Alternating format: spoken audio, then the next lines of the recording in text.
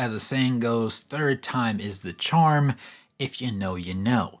With that being said, hello there, it's your boy Ray Hoops. Once again, if you're new to the channel, go and smash that like button, subscribe, and turn on post notifications. We're talking today about the improvements of Kyle Filipowski and how he looks like he might be the #1 rookie for the Utah Jazz at the very least. Now, that may sound like hyperbole if you saw him just get drafted at the 32nd overall pick, but it goes a little bit deeper, and that's what we're going to talk about today. That being said, let's go ahead and get into this one.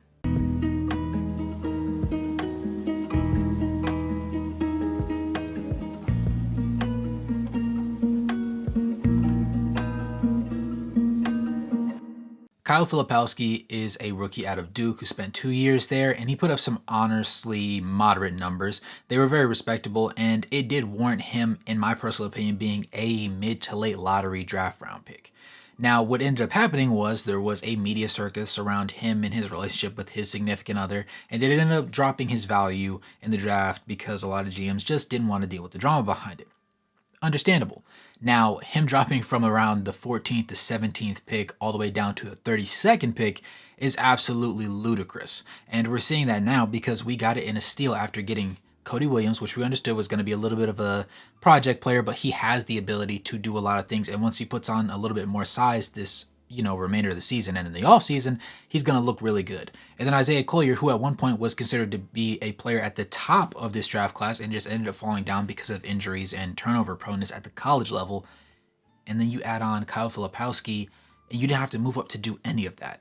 And for Kyle specifically, he has played in 6 out of 7 games so far this season. While the Jazz have experienced, the lovely 1-6 start, and tonight, if you're watching this video, he will be having his 4th start against the one and only Milwaukee Bucks, who are also 1-6, and that's off of him having a 7-5-2 performance against the Chicago Bulls, which is our lone win of the season so far, shooting 60% from the field and going 1 of 2 from three-point range. So it's reasonable to assume that he has had a decent stretch. Now, obviously, with Taylor Hendricks going down with injury and Lauri Markkanen being out temporarily, it has led to more opportunities for Cody Williams and Kyle Filipowski specifically. Filipowski fills in under Lauri to begin with, and there wasn't much minutes to be given to him in the first stretch of games against the Grizzlies to start the season out. He didn't play at all. Then against the Warriors and Mavericks, he played a combined 9 minutes and only had 1 shot attempt, 1 rebound, and 2 assists, so there wasn't much to look at. But then there came a game against the Kings where he played 25 minutes, which is his season high minutes so far, going for 12 points, 8 rebounds, 2 assists, and a steal. He shot 5 of 10 from the field and 2 of 5 from 3. He then followed that up with another 12-point performance with 5 boards, then a 2.6 rebound performance, and lastly, like I said, that 7.5 rebound performance. And overall, he's shooting really solid from the field. Obviously, he's only attempting about 4.5 field goals a game, with 2.5 of those being threes, shooting 52% from the field and 36% from three-point range. Now, if you ask me what this means, well, it's kind of quite simple. It just means he's a lot more NBA ready than a lot of people thought that he would be. For myself personally, I recognize the writing on the wall. Him standing at 6'10", 6'11", and 245 to 250 pounds, he has the frame to deal with the bigger bodies of the league. He's a little bit more of a fleet of foot individual. While he's not necessarily quick and doesn't perfectly switch over pick and rolls and deal with guards assignments on the perimeter, he's a lot better off than most would assume he is. Now, we have the whole notion that he's not a good defender, and while he's not necessarily a lockdown or a great defender, he's not going to give you flashy steals, flashy blocks. He wasn't known as being a massive rim protector in college even. At the same time, he's not a cone, and I want to go ahead and get that out of the way right now. And so far at the NBA level, he hasn't been a cone either. He obviously hasn't had a block yet in his minutes, but at the same time, we never expected that from him, or at the very least, I didn't, because I had looked over the tape and recognized that being an elite shot blocker just wasn't exactly something that was in his bag. Not to say that he couldn't become a more reliable shot blocker later on, because I think it could happen. But right now, he kind of fits the role of a John Collins replacement in a way. John Collins obviously is getting paid a significant amount of money, and the value just isn't really matching up. But because he's getting paid so much to do what he does as a stretch big, a lot of teams just don't have any interest in him whatsoever. The money's just not worth it. The skill set is palatable, but not for the market price that he's going at.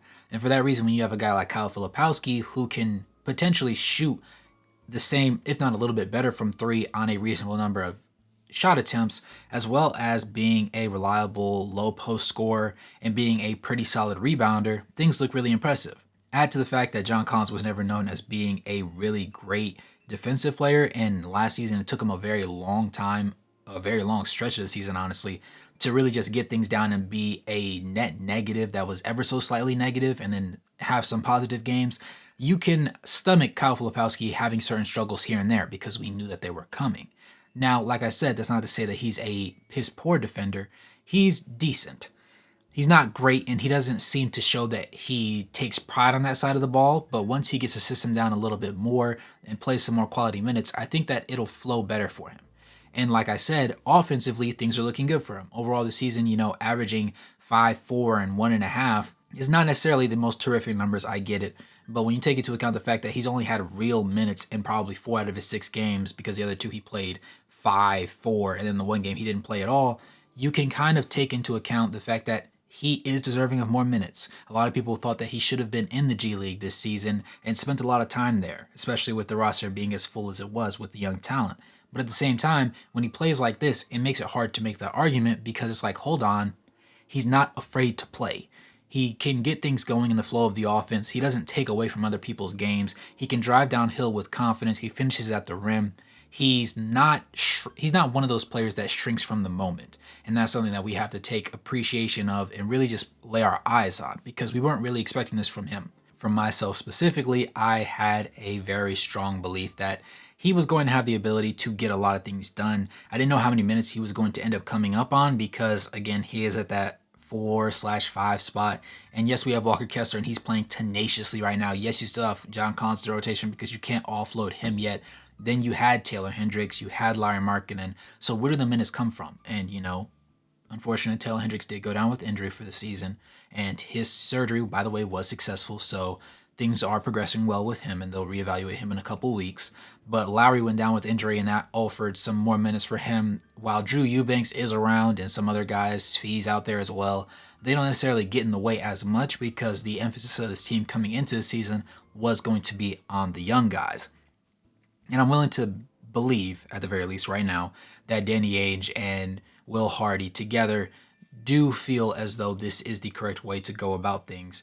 And honestly, while they've been a terrific team at losing and tanking for the Ace Baileys, VJ Edgecones, Ryan Traore, and, the Cooper Flags, as everybody wants to capture the flag, at the same time, you have to have quality players and people making quality mistakes over the course of the season as we try to get better, because we don't want to waste this year of possible development, even though we're supposed to be not the best team, and just decide we're going to be terrible, but also not develop anybody, not give anybody opportunities. Kyle Filipowski, to me, over these past 4 games has shown that he's deserving of minutes. And while he may have a couple games where he shoots a little bit rough, he's never going to shoot you out of a game, and he's confident in what he does. Again, him scoring in the flow of the offense, him never backing down, him feeling like he can like he belongs. He was able to do it in the summer league really, really well. And right now I'm really seeing what the translation looks like at this level. Against the Bucks, it's going to be very interesting, especially since I expect him to start again. He'll end up facing against Giannis, obviously, and then Brook Lopez, so that'll be an interesting test of character as well as defensive capabilities, because Giannis isn't a cone. He's not one of those bigs that plays a hefty game of back to basket. He's also not going to size you up. He's going to go downhill in a hurry, and you're going to have to stand in there, take those blows, and get to going. So it'll be an interesting test for him, and maybe in my reaction when I do my live stream tonight, if you tune in, you'll be able to hear some more about my particular thoughts on him and anybody else that has a breakout game.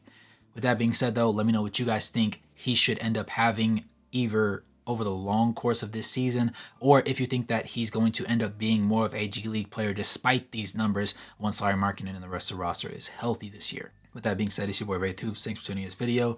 As always, go ahead and smash that like button, subscribe, and turn on post notifications, and become a member or drop a donation to help support the content. And as always, good morning, good evening, and good night, no matter where you're on the globe watching. Thanks for tuning in, and I'll catch you guys in the next one.